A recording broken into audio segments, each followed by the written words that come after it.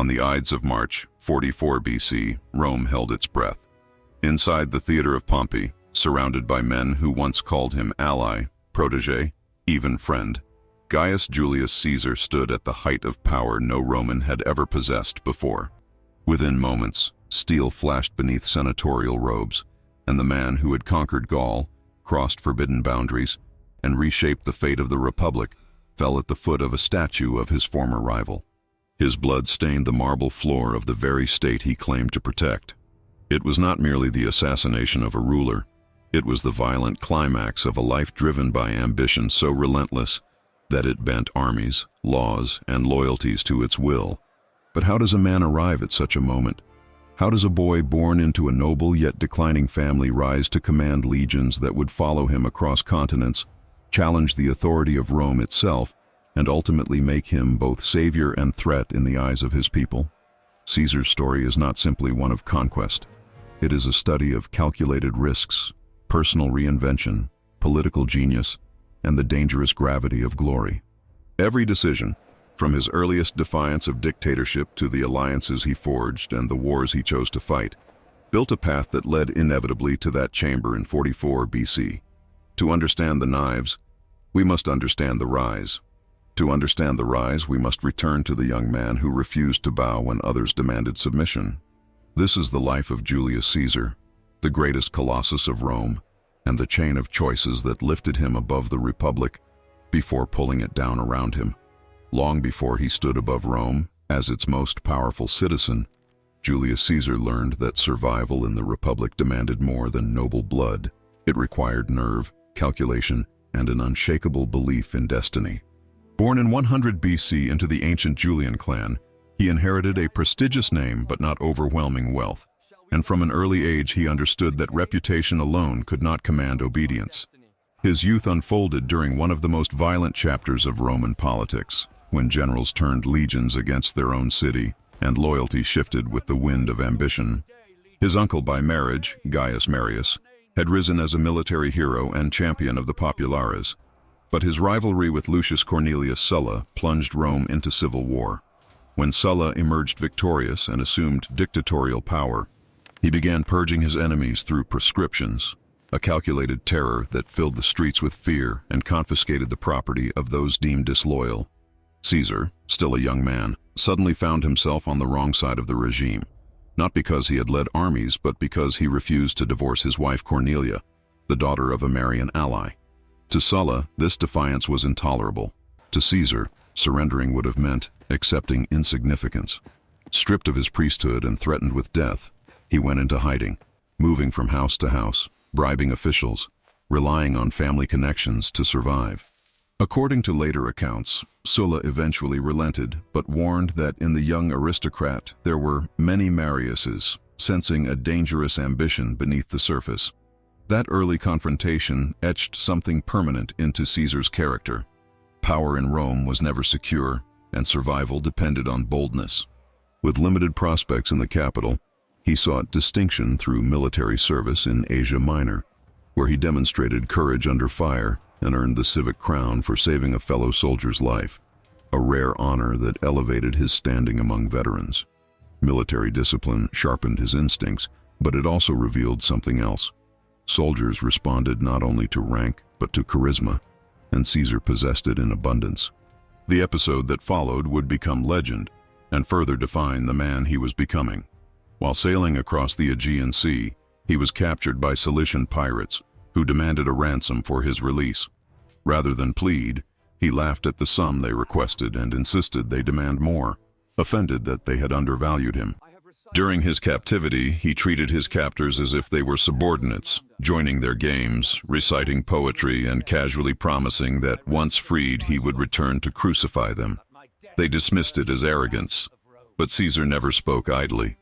After his ransom was paid, he raised a small fleet, pursued the pirates, captured them, and carried out the punishment he had foretold, tempering execution with a final gesture of Roman clemency by ordering their throats cut before crucifixion. It was not mere revenge, it was a declaration of identity. He would not be humiliated, and he would not forget. When he returned to Rome, he did so not as a fugitive, but as a man who had tested himself against danger and found his will intact. He cultivated his voice in the courts, mastering rhetoric to defend allies and attack corruption, understanding that in Rome, words could wound as effectively as swords. Each calculated risk, from defying a dictator to hunting pirates across open waters, reinforced a pattern that would define his rise. Caesar moved forward when others hesitated, and every threat became an opportunity to expand his reputation. The Republic had tried to intimidate him into submission. Instead, it forged in him the conviction that he was destined for something greater than survival. By the time Julius Caesar returned permanently to Rome, he understood that military courage alone would not secure supremacy in a city governed as much by influence as by law. The Republic functioned through an intricate web of patronage, ambition, and rivalry. And advancement required not only talent, but resources vast enough to sustain public favor. Caesar possessed the former in abundance. The latter he would have to gamble for. He threw himself into the cursus honorum, the ladder of public offices, carefully cultivating an image of generosity and bold reform.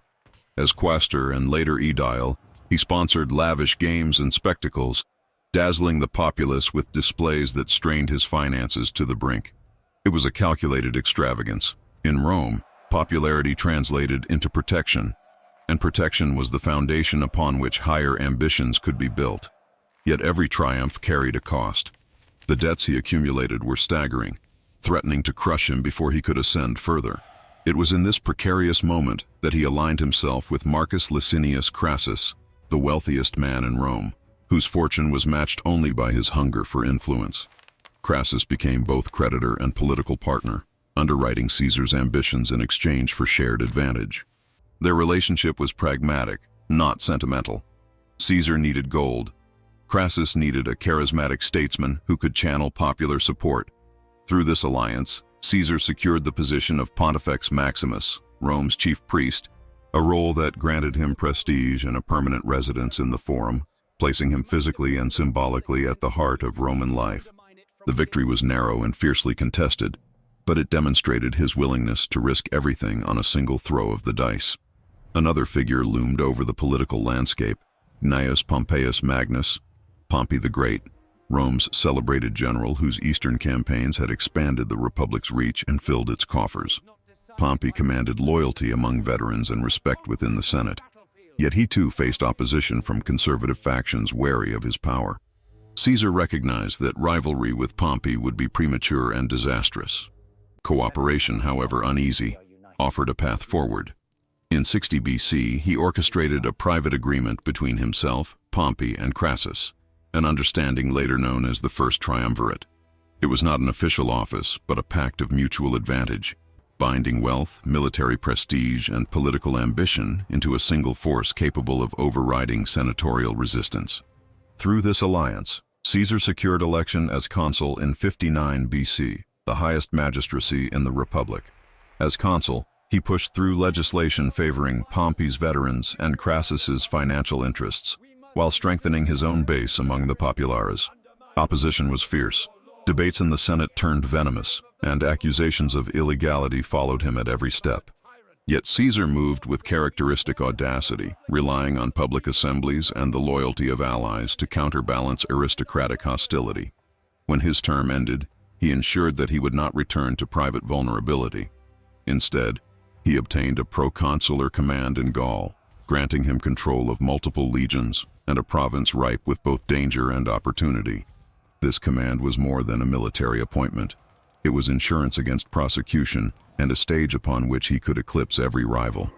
Gaul promised wealth, glory, and most importantly, an army personally devoted to its commander. The political machine of Rome had taught him a crucial lesson. Power unguarded was power lost. Debts had nearly undone him, alliances had elevated him, and now he would seek a form of authority that no senatorial decree could easily dismantle. The young man who once defied Sulla had matured into a strategist who understood that in Rome, influence must be fortified with force, and that every favor granted, every law passed, and every alliance forged was a step toward a position from which retreat would be impossible. When Julius Caesar departed for Gaul in 58 BC, He did not march merely as a provincial governor fulfilling administrative duties. He moved as a man determined to transform opportunity into immortality. The territories north of Italy were vast, fragmented, and volatile, inhabited by Celtic tribes whose rivalries were as fierce as their resistance to foreign control. To the Senate, Gaul was a frontier problem to be managed. To Caesar, it was a canvas upon which he could paint victories large enough to silence every critic in Rome. Commanding 4 legions at the outset, he combined calculated diplomacy with relentless aggression, offering protection to certain tribes while crushing others with uncompromising force. Each campaign was carefully documented in his commentaries, written in a tone of calm objectivity that concealed the scale of ambition driving them. He was not only winning battles, he was shaping the narrative of those battles for an audience back home.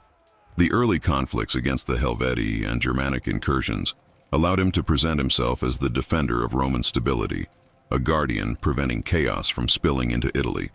Yet beneath the language of security lay expansion. Year after year, his legions pushed deeper into Gaul, constructing roads and fortifications, wintering in newly subdued territories, binding soldiers to their commander through shared hardship and spoils. The army that followed him ceased to be merely Rome's legions.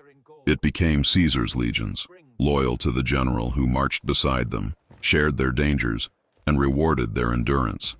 Glory brought wealth in staggering quantities, and wealth reinforced political leverage. By the mid-50s BC, his campaigns had extended Roman influence across most of the region that would one day become France and Belgium. In 55 and again in 54 BC, he undertook expeditions across the Channel to Britain, a land shrouded in rumor and distant prestige. The military results were limited, yet the symbolism was immense. No Roman commander had crossed those waters before. The message was unmistakable. There were no boundaries Caesar would not test. But triumph bred anxiety in Rome. As his fame swelled, so too did the unease of senators who watched from afar as one man accumulated military power unmatched in recent memory. The fragile equilibrium of the triumvirate began to fracture. Crassus sought his own glory in the east and met catastrophe at Carrhae, dying in defeat against the Parthians. With his death, the balance between Caesar and Pompey collapsed, leaving 2 towering figures facing one another without mediation. Meanwhile, Gaul refused to submit quietly. In 52 BC, a young Arvernian noble named Vercingetorix united disparate tribes under a single banner of resistance. His strategy of scorched earth aimed to starve the Romans, denying them supplies and forcing retreat. For the first time in years, Caesar confronted a coalition capable of matching his resolve. The campaign culminated in the siege of Alesia, a contest of engineering and endurance that would define his legend. Rather than assault the fortified hilltop city directly, Caesar encircled it with a vast system of fortifications, building twin walls, one to contain the defenders, another to repel the massive relief army advancing to break the siege. It was a gamble of staggering proportions. Outnumbered and caught between enemies, his legions fought on 2 fronts, repelling repeated assaults through discipline and coordination. When the relief force finally withdrew and Alesia capitulated, Vercingetorix surrendered, laying his arms at Caesar's feet. The rebellion collapsed, and Gaul was effectively subdued. The victory at Alesia marked more than the conquest of a territory. It marked the transformation of Caesar into a figure whose military authority rivaled the state itself. He returned from years of war, not only enriched, but accompanied by hardened veterans whose loyalty had been forged in relentless campaigns. The Senate's attempts to recall him without command were no longer mere procedural demands. They were existential threats. To relinquish his legions would be to stand exposed before political enemies eager to prosecute him. The path ahead narrowed into a choice between submission and defiance. Gaul had given him glory beyond precedent, but it had also created a tension that could not be peacefully resolved. The Republic had empowered him to expand its borders. Now it feared the scale of the power it had unleashed. By the end of the Gallic Wars, the fragile understanding that had once united Rome's most powerful men had dissolved into suspicion. Pompey, increasingly aligned with conservative senators, remained in the capital while Caesar commanded battle-hardened legions beyond the Alps. The Senate demanded that Caesar relinquish his army before returning to stand for consul again, a condition that would strip him of immunity and expose him to prosecution by political enemies. Behind the language of legality lay a simple calculation. Without his legions, he would be vulnerable. Caesar understood that surrendering command meant surrendering survival. In January 49th BC, standing at the small river that marked the boundary between his province and Italy, he chose defiance. Crossing the Rubicon with a single legion was not merely a military maneuver. It was an irrevocable declaration that the dispute would be settled by force. The die, as he is said to have declared, was cast.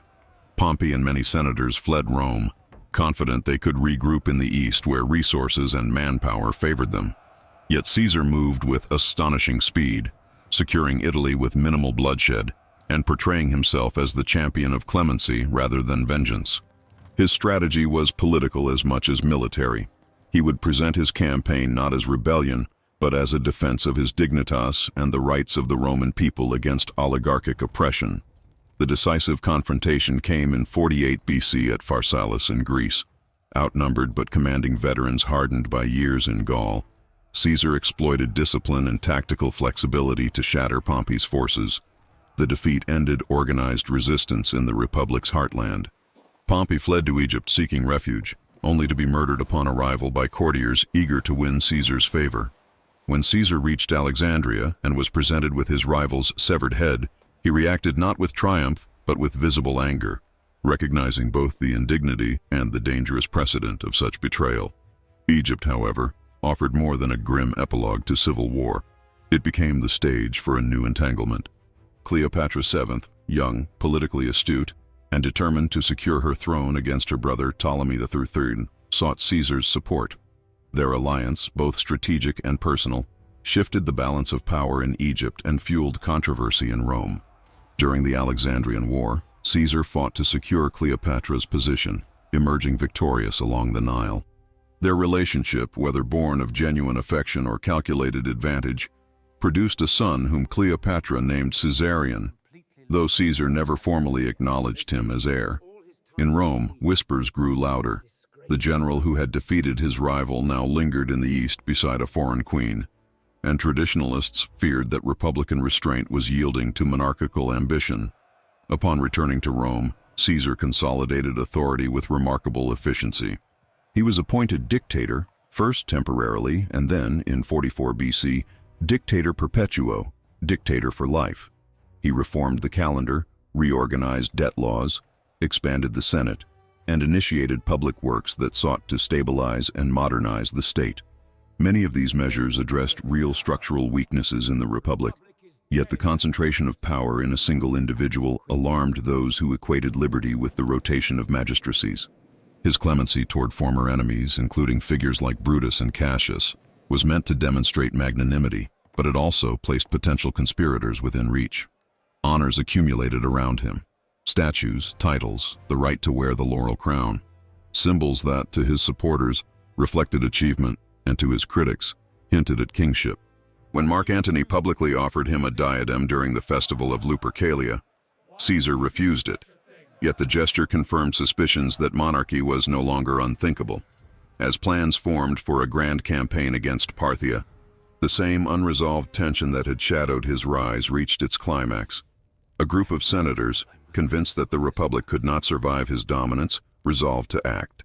On the Ides of March, 44 BC, Caesar entered the Senate meeting in the theater of Pompey, unaware that clemency had not erased fear.